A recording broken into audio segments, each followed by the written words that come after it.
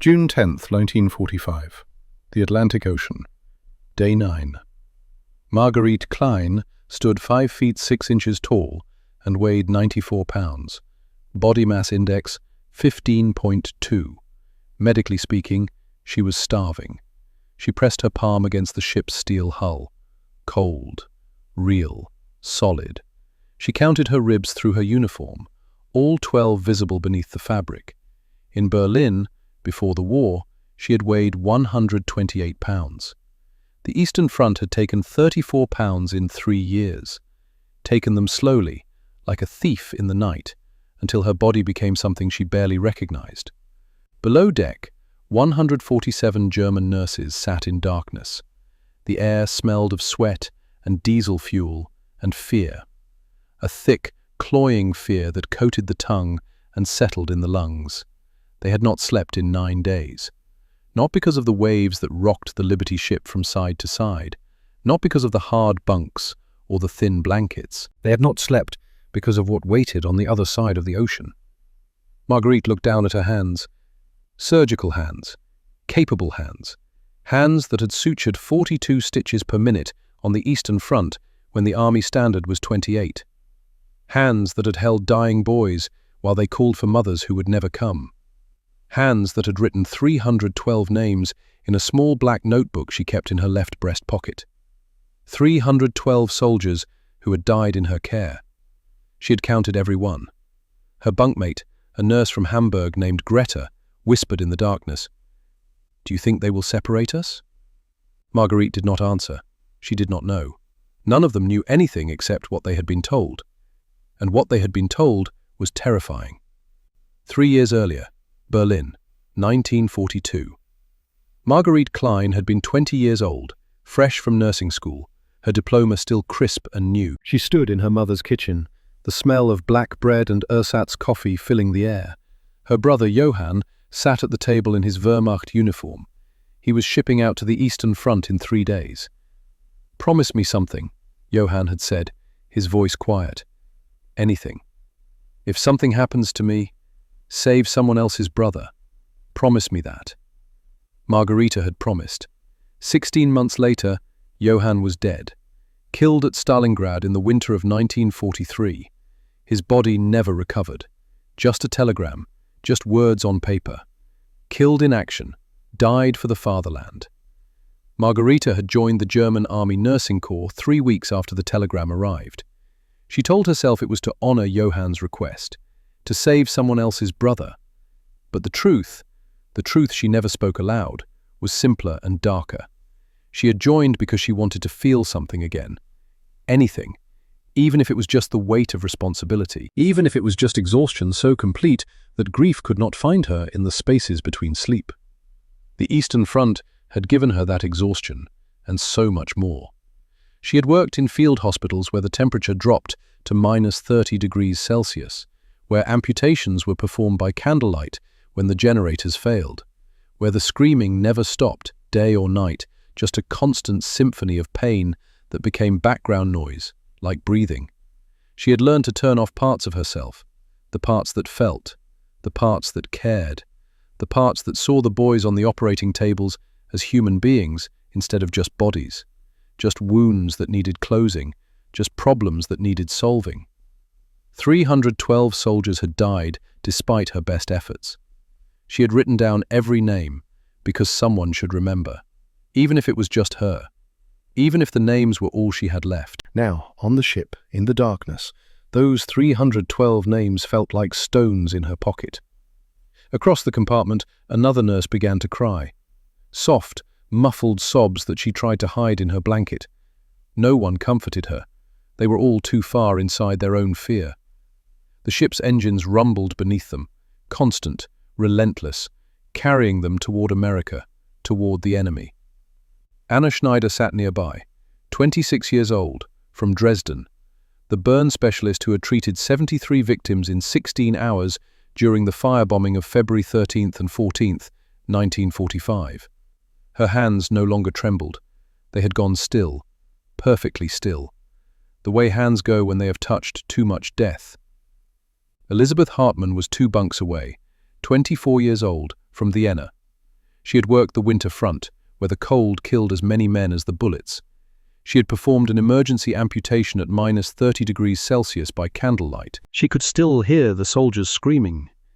3 women among 147, all of them nurses, all of them prisoners, all of them terrified.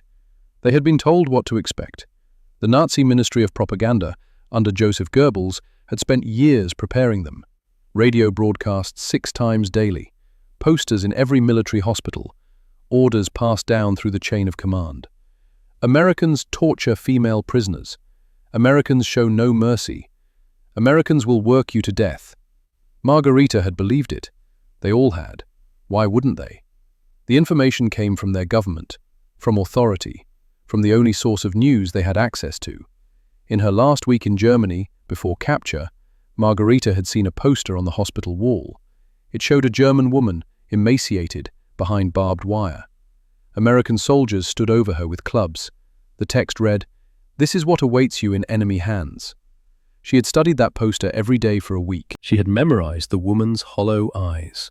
Now, crossing the Atlantic, Marguerite wondered if she would look like that soon, if her eyes would go hollow, if her body, already skeletal at 94 pounds, would waste away to nothing. She pressed her palm harder against the steel hull. Still cold, still real, still solid, for now. The voyage had lasted 11 days so far, 11 days of darkness below deck, 11 days of whispered conversations that went in circles, 11 days of the same questions asked over and over as if repetition might somehow produce different answers. Will they beat us? Will they separate us? Will they make us disappear? No one knew. On the second day, the American sailors had brought food. Real food. More food than most of the nurses had seen in months. Bread, 6 ounces per person. Canned vegetables, 4 ounces.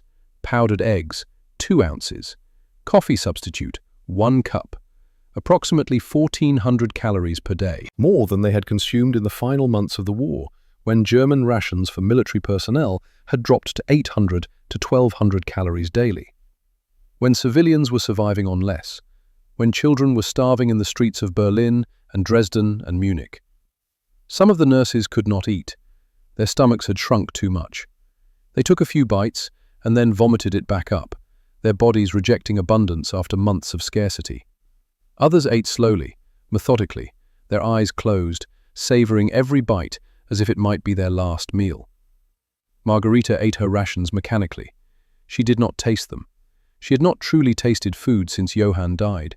Everything was just fuel, just sustenance, just another task to complete. But even she noticed the coffee. It was not real coffee, just a substitute made from roasted barley. But it was hot. And it was more than she had received in Germany, where coffee had been rationed to 50 grams per person per month by 1944, where most civilians had none at all. Why were they feeding them? Why were the Americans giving them more food than their own government had provided? It made no sense, unless it was a trick, unless they were fattening them up for something worse, unless the kindness was just a prelude to cruelty. Margareta did not trust kindness anymore. She had learned, on the Eastern Front, that kindness was a luxury no one could afford. On the 8th day, an American medic had come below deck. A man in his 30s with a medical bag and a clipboard. He spoke no German, but he had a translator with him. A German-American private who stumbled over the words but made himself understood. The medic was conducting medical examinations. One by one, the nurses were called forward. One by one, they were weighed, measured, examined. One by one, their vital signs were recorded on clipboards in neat, precise handwriting. When Margareta's turn came, she stood on the scale and watched the medic's face. He wrote down the numbers without expression. 94 pounds, 5 feet 6 inches, body mass index 15.2. He checked her blood pressure, 90/60, low. He checked her heart rate, 52 beats per minute, bradycardia. He looked at her ankles, no edema, no swelling. Her body had not yet started retaining fluid in a desperate attempt to survive starvation. Not yet. The medic made notes on his clipboard. He did not speak to her directly, just gestured for her to sit, to stand, to turn, to lift her arms. She obeyed mechanically.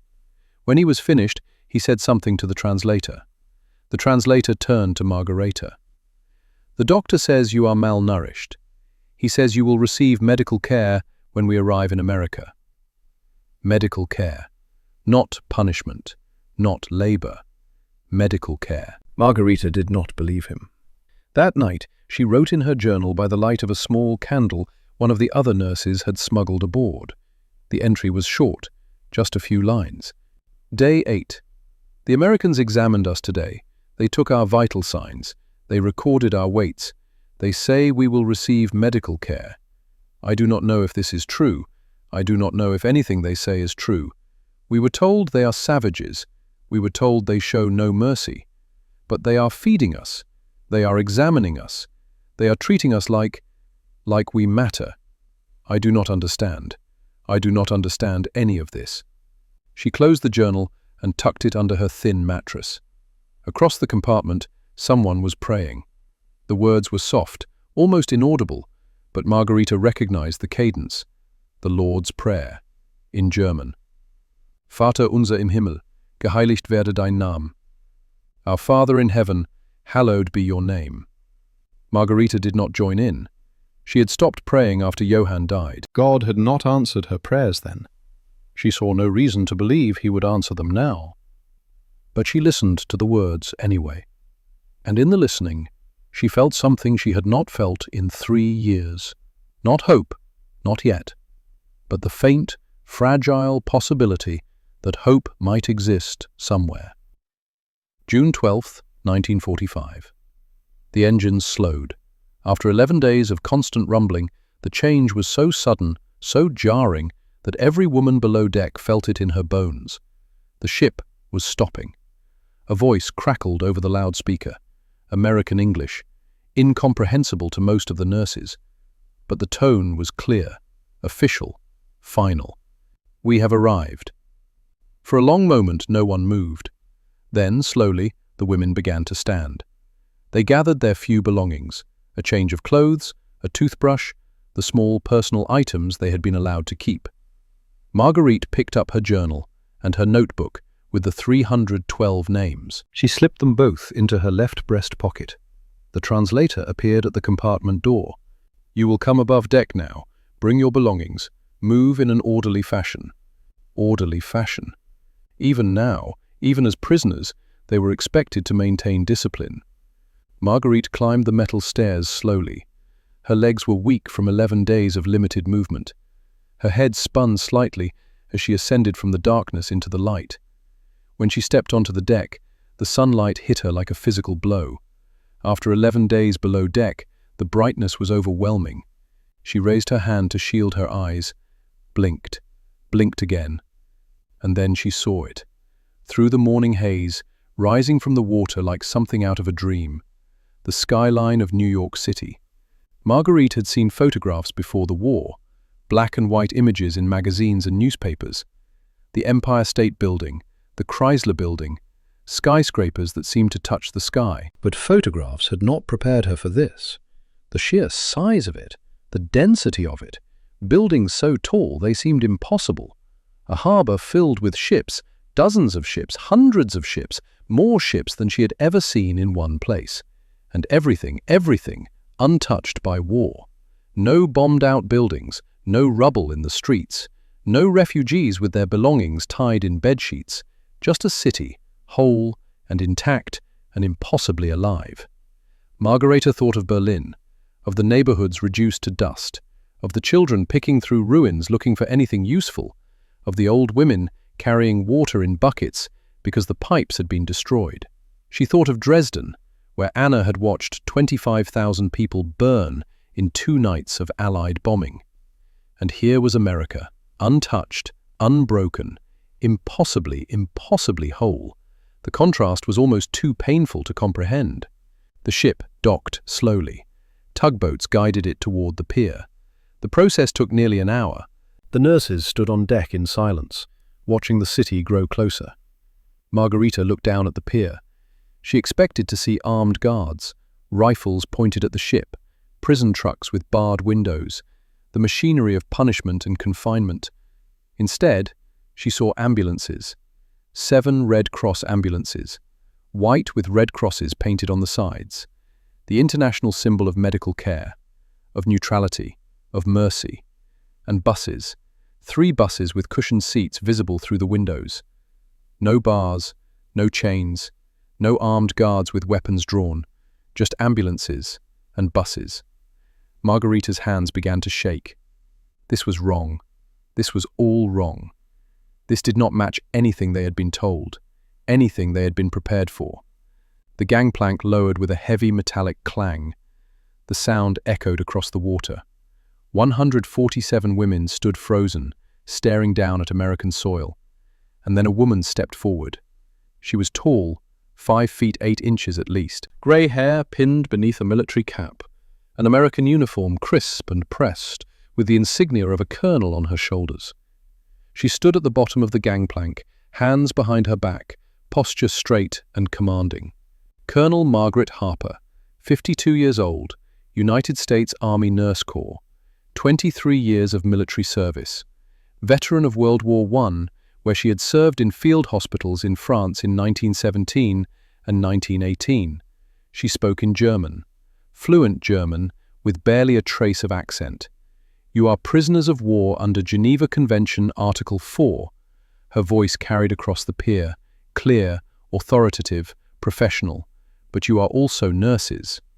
Margaret felt something shift in her chest, a small movement, like ice beginning to crack. "You will be assigned to military hospitals across the United States to assist in the care of wounded American soldiers. Assist, not labor, not work until you die. Assist. You will be treated with dignity due to medical professionals under international law." Dignity. The word hung in the air. Margareta could not remember the last time someone had used that word in reference to her, to any of them. This is not negotiable. This is not optional. This is United States military law. You will be treated with dignity. You will be treated as medical professionals. You will be treated with respect. Colonel Harper paused. Let the words settle. You may now disembark. For a long moment, no one moved. Then, slowly, one woman took a step forward, then another, then another. Margareta found herself walking, 1 foot in front of the other, down the gangplank, the metal cold beneath her shoes. She expected at any moment for this to change, for the guns to appear, for the cruelty to begin. But it did not change. At the bottom of the gangplank, American military personnel stood waiting, not with weapons, with clipboards, with medical bags, with professional courtesy. An American nurse, a woman in her 30s with kind eyes, gestured toward the ambulances. "Please proceed to the vehicles. We will transport you to the processing center." Processing center. Not prison, not labor camp, processing center. Marguerite climbed into one of the ambulances. The seats were cushioned, clean. There was room to sit without being pressed against the person next to you. The door closed with a soft click. Through the window, Marguerite watched New York City slide past. Wide streets, automobiles everywhere, people walking on sidewalks, going about their lives, untouched by war.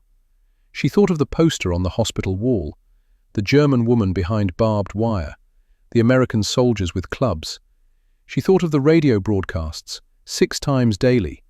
Americans torture prisoners, Americans show no mercy.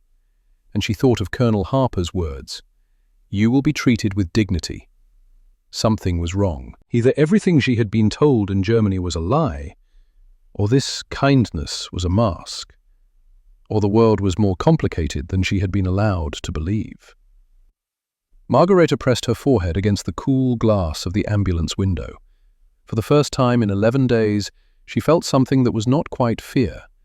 It was not hope, not yet, but it was the space where hope might grow, if she let it.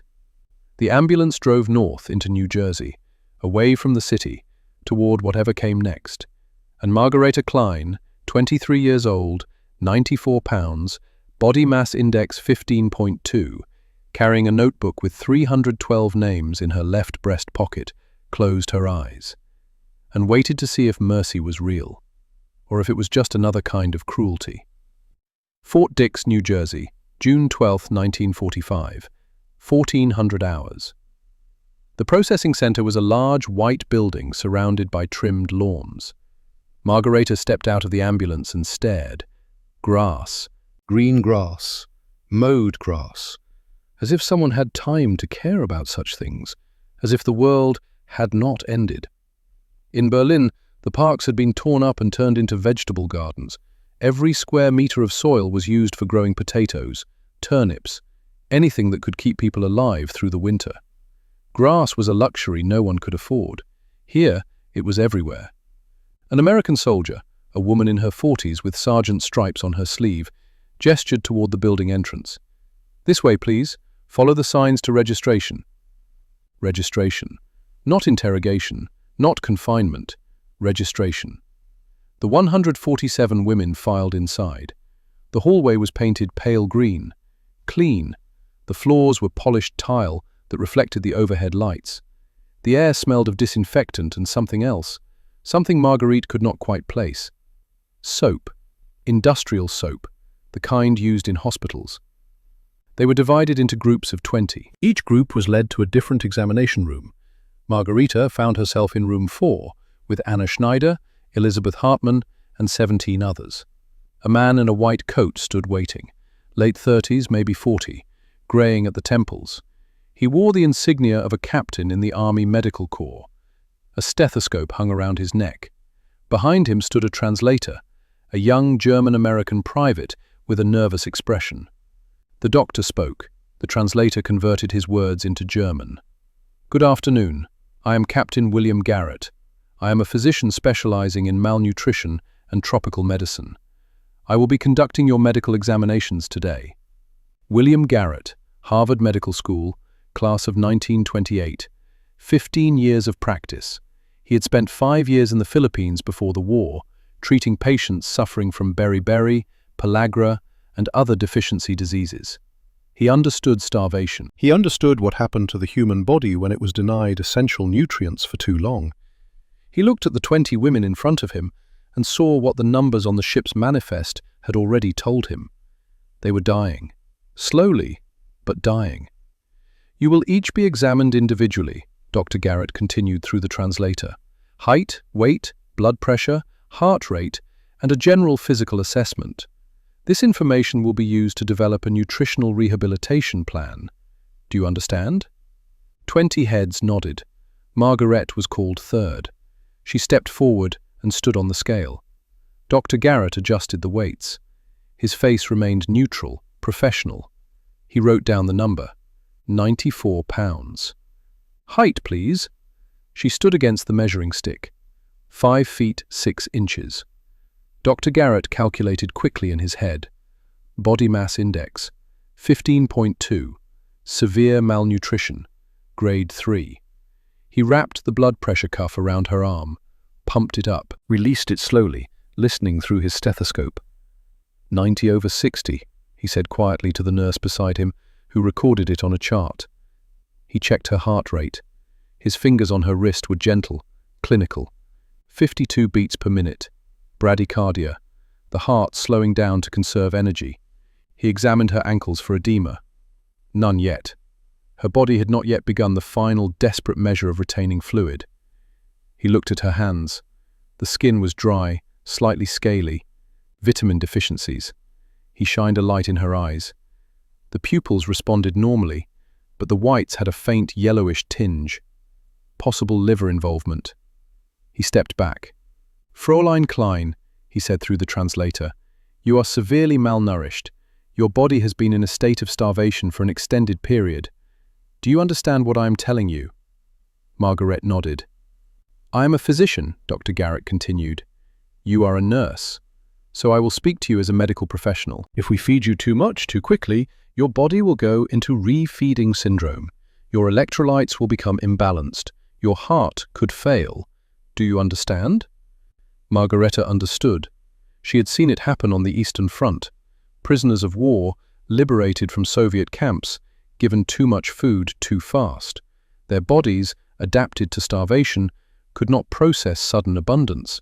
Their hearts stopped. They died from the kindness of food. "Yes," she said in halting English, "I understand." Dr. Garrett nodded. "Good, we will increase your caloric intake gradually. Week 1, 1,200 calories per day, divided into 6 small meals. Week 2, 1,500 calories plus thiamine and multivitamin supplementation. Week 4, 1,800 calories. Week 8, 2,000 calories, which is normal maintenance for a woman of your height and build. We will monitor you daily. Weight, blood pressure, heart function. This is not punishment. This is medicine." "We're going to bring you back slowly, safely, professionally." He paused. "You are a nurse," he said. "We will treat you as a nurse, with the respect that profession deserves." Marguerite felt something shift deep inside her chest, a recognition. He was speaking to her as if her training still mattered, as if she still had worth. She had not been spoken to as a colleague in 3 years, not since she left Berlin. In the field hospitals, she had been just another pair of hands, useful, expendable, replaceable. Here, this American doctor was speaking to her as if she mattered, as if her training mattered, as if she was still a person with value. "Thank you," she whispered. Dr. Garrett nodded once, professional, clinical. Then he moved to the next patient.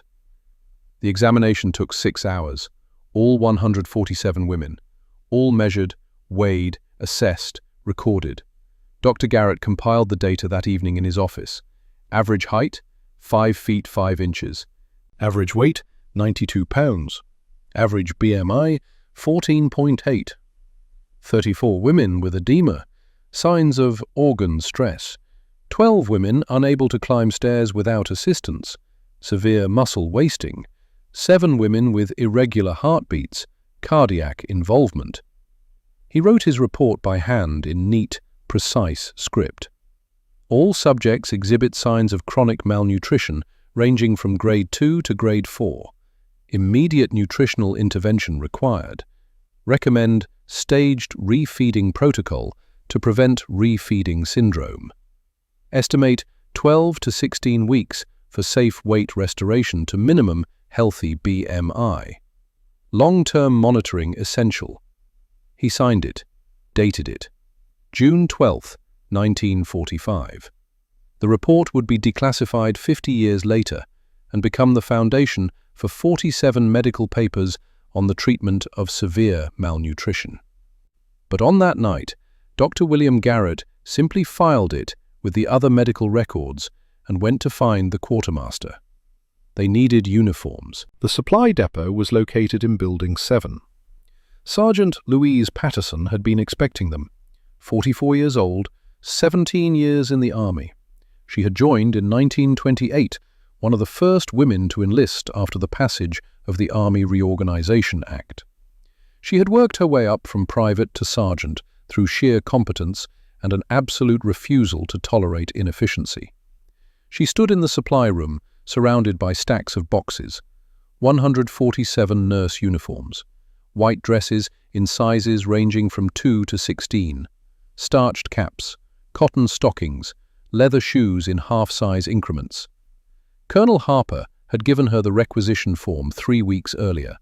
147 complete nurse uniforms, standard issue, deliver by June 15th.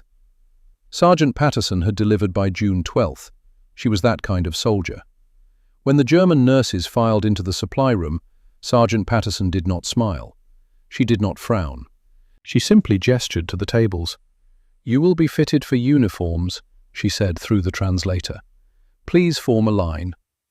One by one, the women were measured, waist, hips, height. Sergeant Patterson or one of her assistants would disappear into the stacks and return with a uniform in the correct size. When Margaret's turn came, the sergeant measured quickly, efficiently. Waist 23 inches, hips 32, height 5'6", size 6. She returned 30 seconds later with a white dress, a cap, stockings, and a pair of leather shoes, size 7.5. "Try these." Margaret took the uniform into a changing area. She undressed slowly, her movements stiff. She had been wearing the same clothes for 11 days. The same clothes she had been captured in. the same clothes that smelled of sweat and fear and the ship's diesel fuel. She slipped the white dress over her head. The fabric was real cotton, not repurposed canvas, not patched wool from dead soldiers' coats. Real cotton, machine-stitched. The seams were perfect, no holes, no stains, no places where thread had broken and been tied back together with clumsy fingers. She looked at herself in the small mirror on the wall. A nurse looked back. Not a prisoner, not an enemy, a nurse. She picked up the cap and pinned it to her hair. The shoes fit perfectly. The stockings, real cotton stockings, felt strange against her skin after months of wearing whatever she could find. She stepped out of the changing area. Sergeant Patterson looked her up and down with a critical eye. Acceptable. Next? That was all. No ceremony, no commentary, just acceptable and next. But to Marguerite, it meant everything. Sergeant Patterson was treating her like this was normal, like issuing uniforms to German prisoners was just another task to complete, like there was nothing unusual about giving enemy nurses the same uniforms as American nurses. Regulations are regulations. Nurses wear nurse uniforms. Simple, professional, revolutionary. That evening, the women were led to a dining hall. Long tables, white tablecloths, plates, forks, knives, napkins, everything set out as if this were a hospital cafeteria and not a prisoner processing center. The smell hit Marguerite before she saw the food. Roasting chicken, real chicken, not the ersatz meat made from soybeans, not the thin stew made from bones boiled 3 times over. Real chicken. She stopped walking. Behind her, Anna Schneider stopped too, and Elizabeth, and the women behind them, a wave of stillness spreading backward through the group. The American personnel seemed confused by the reaction. One nurse, a young woman in her 20s, leaned over to whisper something to Colonel Harper. The colonel shook her head slightly and gestured for everyone to take their seats. Marguerite sat. The plate in front of her was empty, waiting to be filled. American kitchen staff moved down the tables with serving trays. Oatmeal with milk. 2 scoops. Scrambled eggs. Real eggs, not powdered. 1 portion. Toast with butter. 2 slices. Baked chicken breast. 4 ounces. Mashed potatoes. White and fluffy with butter melting on top. Steamed carrots. Bright orange. Applesauce. A small bowl. Coffee with cream. Margaret stared at her plate. This was more food than she had seen on a single plate in 2 years, maybe longer. She picked up her fork.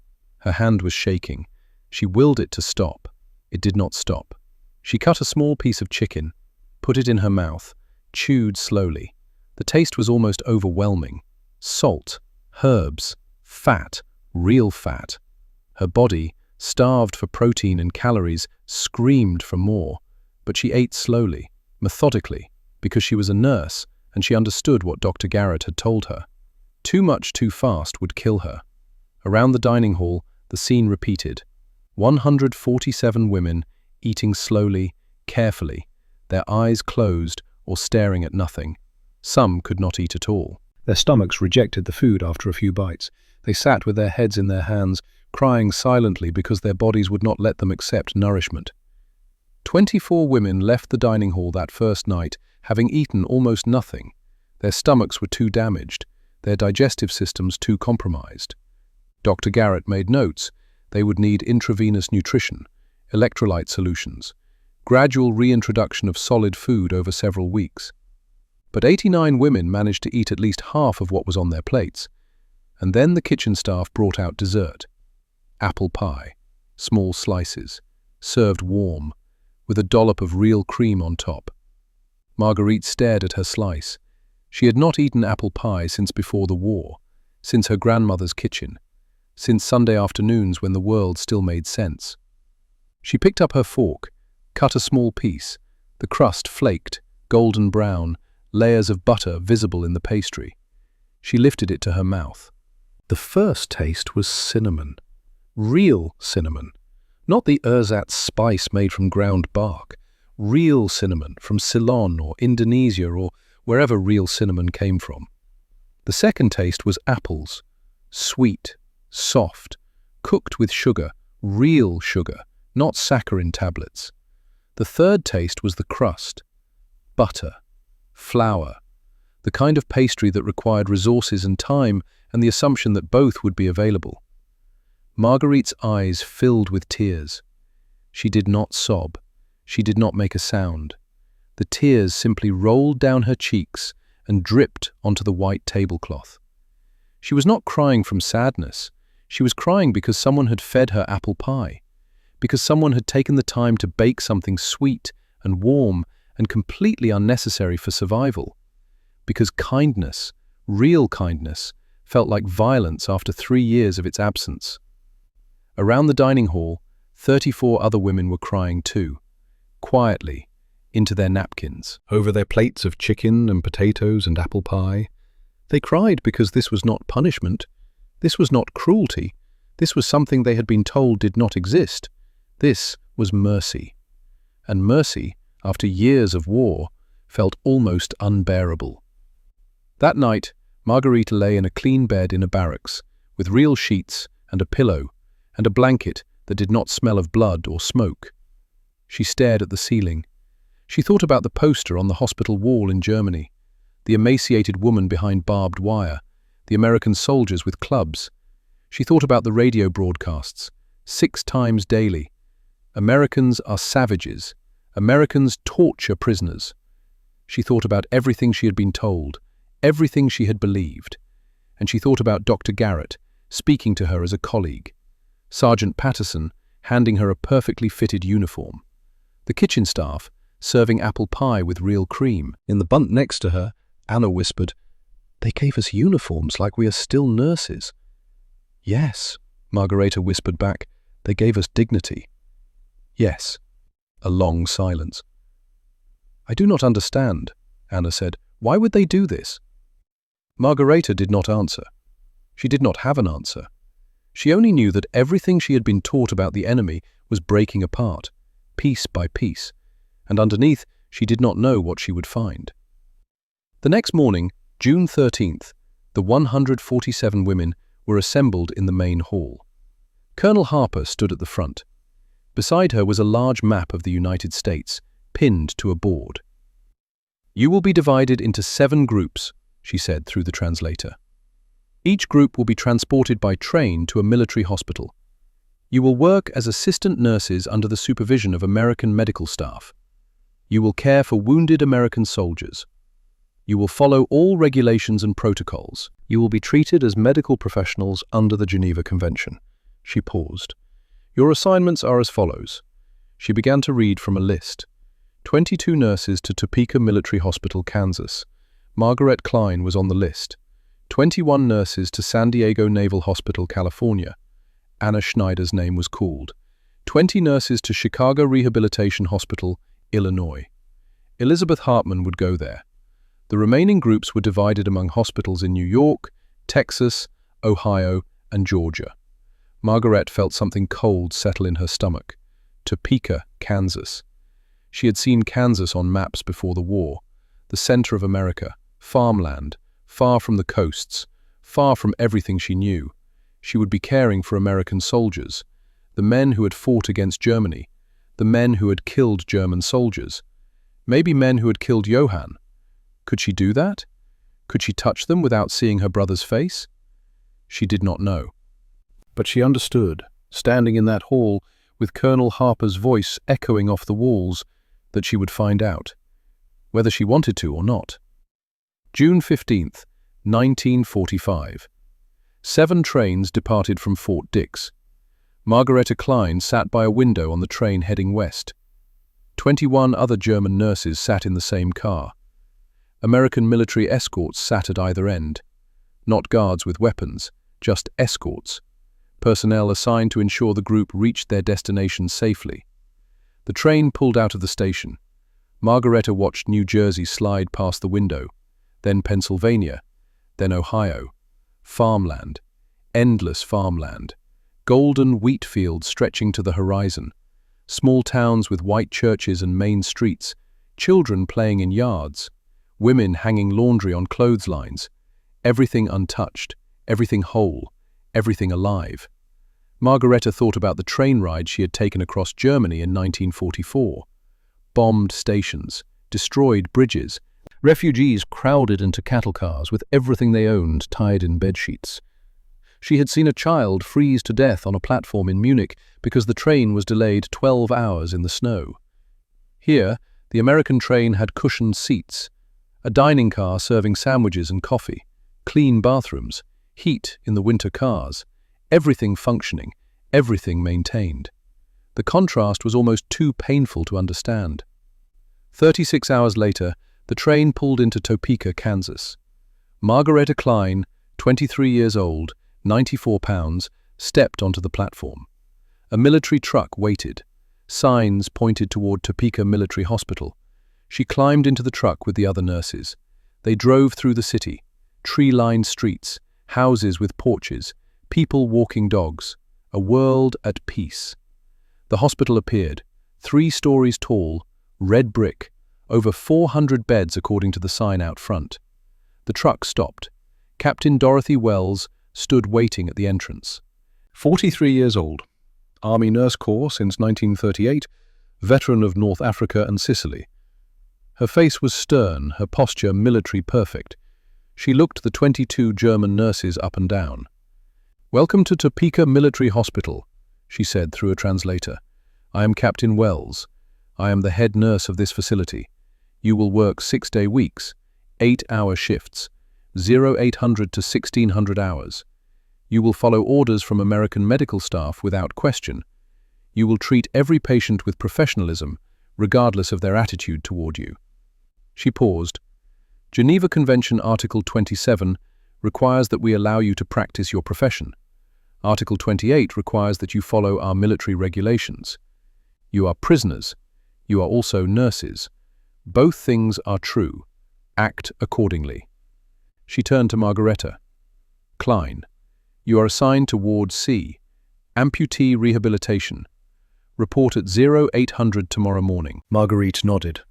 That night she lay in her assigned barracks bed and thought about what waited for her in Ward C.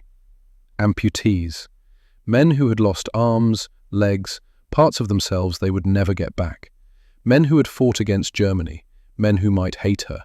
Men she would have to touch, care for, see as human. She did not sleep that night. She just stared at the ceiling and counted her heartbeats and wondered if mercy could survive what came next. June 18th, 1945, 0750 hours. Topeka Military Hospital. Marguerite Klein stood outside the door to Ward C.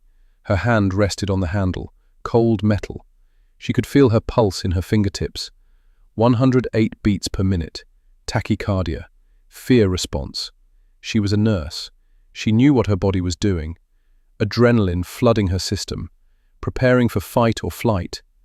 But there was nowhere to run. She pushed the door open. The ward was long and narrow, 21 beds on each side. 42 total. Morning light came through tall windows on the eastern wall, casting long shadows across the polished floor. 42 pairs of eyes turned toward her. The talking stopped, all of it, instantly, as if someone had cut the sound. Margaret took one step inside, then another. Her shoes made soft clicking sounds on the tile. Each step echoed in the silence. She could feel their stares, physical, heavy, pressing against her skin. These were amputees, Battle of the Bulge survivors, men who had fought through the Ardennes forest in December, when the temperature dropped below freezing and the Germans launched their final desperate offensive. Men who had lost parts of themselves in the snow and mud and chaos. Average age, 22 years old. 38 leg amputations, 14 arm amputations, 9 multiple limbs. And now a German nurse was walking into their ward. Margaret moved toward the nurse's station. Her hands were shaking. She clasped them behind her back so no one would see. She almost made it. Almost. A voice cut across the ward, loud, aggressive, Boston accent thick enough to hear even through the anger.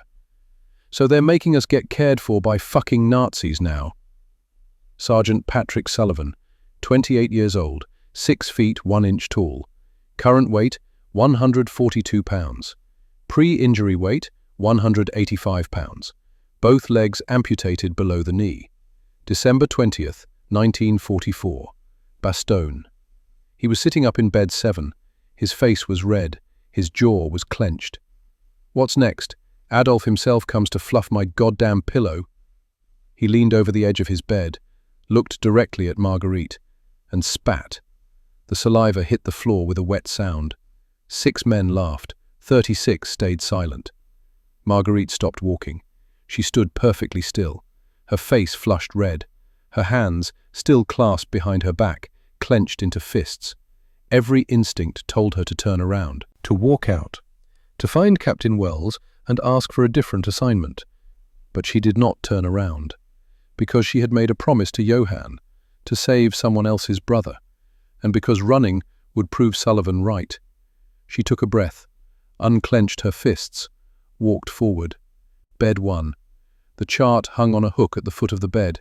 She picked it up and read, Private Franklin Hayes, 19 years old, rural Ohio, farmer's son, right arm amputated at shoulder. January 12th, 1945. Complication, wound infection, fever 101.2 Fahrenheit. Hayes was lying on his back, staring at the ceiling. He did not look at her. Marguerite spoke in halting English. Her accent was thick, but the words were clear. I am here to change your bandages.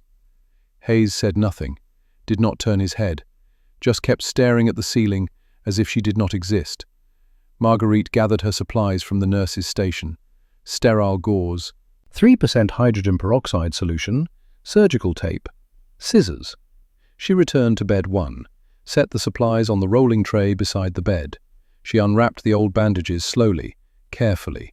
The wound beneath was red, swollen, purulent drainage visible at the edges. The skin around the stitches was hot to the touch. Infection, moderate to severe. She had seen thousands of infected wounds on the Eastern Front, in field hospitals where antibiotics were scarce and amputations were performed without adequate anesthesia. She knew infection. She knew how it smelled, how it looked, how it killed if left untreated. She cleaned the wound with hydrogen peroxide. The solution bubbled and foamed as it made contact with the damaged tissue. Hayes flinched but did not pull away. She applied fresh gauze, 6 layers. Standard protocol for a wound this size. She wrapped it with precise, practiced movements. Muscle memory from 3 years of field hospitals. She secured the bandage with surgical tape. Neat edges, no wrinkles, no gaps. 4 minutes, 30 seconds, start to finish. She stepped back. Hayes finally turned his head, looked at her for the first time. He did not speak, but he nodded. Once, brief. Not trust, not friendship, but acknowledgement. She knew what she was doing. The first week was the hardest. Margaret worked her 8-hour shifts in near silence. She changed bandages. She checked vital signs. She administered morphine on schedule. She cleaned wounds that smelled of infection and rotting tissue. She did not speak unless spoken to. She moved quietly between beds like a shadow. Most patients ignored her. A few muttered insults under their breath. Words she did not fully understand, but whose tone was unmistakable. Corporal Jenkins called her the Nazi girl every time she approached his bed. Private Rodriguez refused to make eye contact. Sergeant Sullivan continued to glare from bed 7. He did not spit again, but his hatred was a physical presence, heavy, oppressive. Only Hayes, in bed 1, treated her with something approaching neutrality. He did not thank her, did not smile, but he let her do her job without complaint. It was enough. Barely, but enough. Captain Wells watched from a distance. She did not interfere, did not offer support or criticism. She simply observed. On the 5th day, Wells pulled Margaret aside during a shift change. How are you managing? The question was clinical, professional. I am managing. Sullivan is a problem. Yes. He lost both legs at Bastogne. He watched his best friend bleed out in a foxhole. He has nightmares every night. He screams in his sleep. Margaret said nothing. I am not excusing his behavior, Wells continued, but I am explaining it. Do you understand the difference? Yes, Captain. Wells nodded. Good. Keep doing your job. Eventually, They will see you as a nurse instead of an enemy, or they will not. Either way, you do your job. Yes, Captain. That night, in her barracks, Margarita wrote in her journal, Day 5. They hate me. I do not blame them. I would hate me too. But I keep working, because the work is all I have, because if I stop, I prove them right, that I am less than human, that I do not deserve to be here. The work is all I have. July 3rd, Day 15, 0240 hours, middle of the night. Margarita woke to the sound of urgent footsteps in the hallway. She sat up, listened. A voice called out, "We need a nurse in Ward C now." She was on her feet before she fully processed the words. She pulled on her uniform, ran down the corridor, her heart pounding. Ward C. Several nurses already gathered around bed 1. Private Franklin Hayes. His fever had spiked. 103.4 Fahrenheit. Dangerous. His wound had worsened, the infection spreading despite antibiotic treatment. His vital signs were deteriorating. Blood pressure, 95/62. Heart rate, 108. Tachycardia. He was delirious, thrashing in the bed, calling for his mother. "Mama! Mama, it hurts! Mama, where are you?" The on-duty nurse, a young American woman in her 20s, looked overwhelmed. "I do not know what to do. Dr. Garrett is not on duty until 0600. Marguerite stepped forward. "I will stay with him." The nurse looked uncertain. "Are you qualified?" "Yes." It was not a request. It was a statement of fact. Marguerite moved to Hayes's bedside. She checked his temperature again. 103.6. Rising. She gave orders in English, halting but clear. "I need cold compresses, clean water, ice if available. I need fresh dressing supplies. I need to monitor his vitals every 15 minutes. The American nurse hesitated for only a moment. Then she moved, gathering supplies. Marguerite began her protocol. Temperature check every 2 hours. Cold compresses rotated every 15 minutes. Wound cleaning 3 times between 0300 and 0600 hours. Fluid monitoring. She measured his water intake, 64 ounces minimum per day. He was dehydrated. The fever burning through his remaining resources. She stayed at his bedside, 18 hours straight. Beyond her shift, beyond exhaustion. At 0340, Hayes's delirium peaked. He thrashed so violently that he nearly fell out of bed. Margaret caught him, held him steady. He was calling for his mother, over and over. "Mama! Mama, please!" Margaret did something she had not done in 3 years. She held his hand. Not as part of a medical procedure, not to check his pulse or administer medication. Just held it. And she whispered, in German. A prayer from her childhood. Words her own mother had spoken when Margaret was sick with fever at age 7. "Der Herr ist mein Hirte, mir wird nichts mangeln. Weidet mich auf einer grünen Aue und führet mich zum frischen Wasser. The Lord is my shepherd, I shall not want. He makes me lie down in green pastures, he leads me beside still waters." Hayes did not understand the words, but he heard the tone, calm, steady, present. His thrashing slowed, his grip on her hand tightened, like a drowning man finding solid ground. Margarita kept whispering, kept holding his hand. At 0620, the fever broke. His temperature dropped to 99.1 Fahrenheit, normal range. His eyes opened, focused. He was conscious, oriented. He looked at Margarita. His voice was rough from dehydration. "You stayed all night. You needed care." Silence. 37 seconds. Margarita counted them. Then Hayes spoke again. "Thank you." 2 words. Simple. Quiet. The first American soldier to thank her. Margarita felt something shift inside her chest. Not large, not dramatic, just a small movement. She nodded. "You are welcome." August 12th, Day 55, morning shift, 0755 hours. Margaret arrived at Ward C 5 minutes early as always. She walked to the nurses' station. On the desk sat a coffee cup, still steaming, hot. Beside it, a folded piece of paper. The handwriting was shaky, but readable. She picked up the note. For the nurse who doesn't sleep, thank you. Bed 14. Bed 14 was Hayes. He had been moved there 2 weeks earlier, after his infection cleared. Margaret looked at the coffee cup. Hayes had saved his breakfast ration, his only coffee of the day, and given it to her. She picked up the cup. It was lukewarm. He must have asked someone to bring it to the nurse's station 20 minutes ago, before she arrived. She drank it slowly. Every sip tasted like something she thought was dead. The possibility that people could choose kindness, even when they had every right to choose cruelty. From bed 7, Sergeant Sullivan watched. He did not say anything, did not smile, but something in his eyes had changed. The hatred was still there, but it was not the only thing there anymore. October 1st, Day 105, Ward C morning meeting. Captain Wells, Dr. Garrett, all nursing staff. Wells held up a report. Patient recovery rates in Ward C have improved 23% since June. Post-surgical infection rates down 18%. Patient morale significantly higher, according to weekly surveys. She paused, looked directly at Marguerite. These improvements correlate directly with the addition of German nursing staff, particularly Nurse Klein. Marguerite stood frozen. Wells continued. I am recommending Nurse Klein receive a formal commendation for exceptional patient care, specifically for her overnight vigil with Private Hayes in July, which likely saved his life. From across the room, Sergeant Sullivan spoke.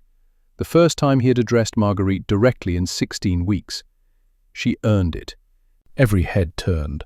Sullivan's face was hard, but his eyes were clear.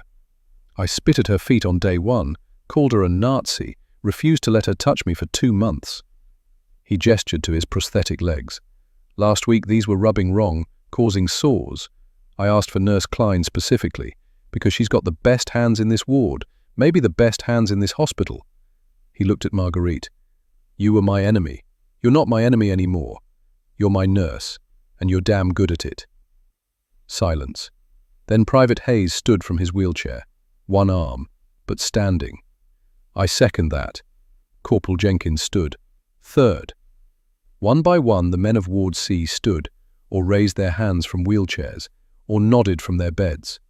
42 men, 42 former enemies, acknowledging one German nurse who had chosen to stay when she could have quit, who had held a dying boy's hand in the middle of the night, who had kept working when they hated her. Marguerite felt tears on her face. She did not try to hide them. Captain Wells handed her an official document, Army Medical Corps seal at the top. Commendation for Marguerite Klein, nurse, Ward C, for exceptional patient care and devotion to duty beyond the call of military regulation. The first German prisoner of war to receive such recognition at Topeka Military Hospital. That night, Marguerite added one line to her journal. Today, 42 men stood for me. I do not need to carry those names alone anymore. I have been seen. I have been recognized, not as an enemy, as a healer. In California, Anna Schneider cared for Marine Thomas Garrett, 22 years old, both eyes destroyed by shrapnel, permanent blindness. Every day, Anna guided him through the ward, described everything he could not see. The sky today is pale blue, Thomas, like the robin's eggs from your Vermont farm. She read him letters, taught him to navigate without sight. She never pitied him. She only helped. One afternoon in October, Thomas asked her to sit beside his bed. Anna, I need you to do something for me. He reached under his pillow, pulled out a small wooden box. Inside lay a Purple Heart medal. They gave this to me in September. I have never opened the box. I cannot see it. I will never be able to see it. But you can. I want you to have it. I want you to carry it for me. Thomas, I cannot. This is yours. I earned it by getting hurt. You earned it by putting people back together. You deserve to carry something that says you survived. Anna's hands were shaking. She took the box. I will keep it safe, she whispered. I promise. She wore it in a small leather pouch around her neck. For 56 years, she never took it off. In Illinois, Elizabeth Hartman worked with Sergeant William Crawford, 28 years old, both legs amputated, Battle of the Bulge, 22 weeks of training, teaching him to walk with prosthetic legs. November 28, 1945. Crawford walked 50 meters across the room without assistance. That evening, 5 wheelchair patients gathered around Crawford's bed.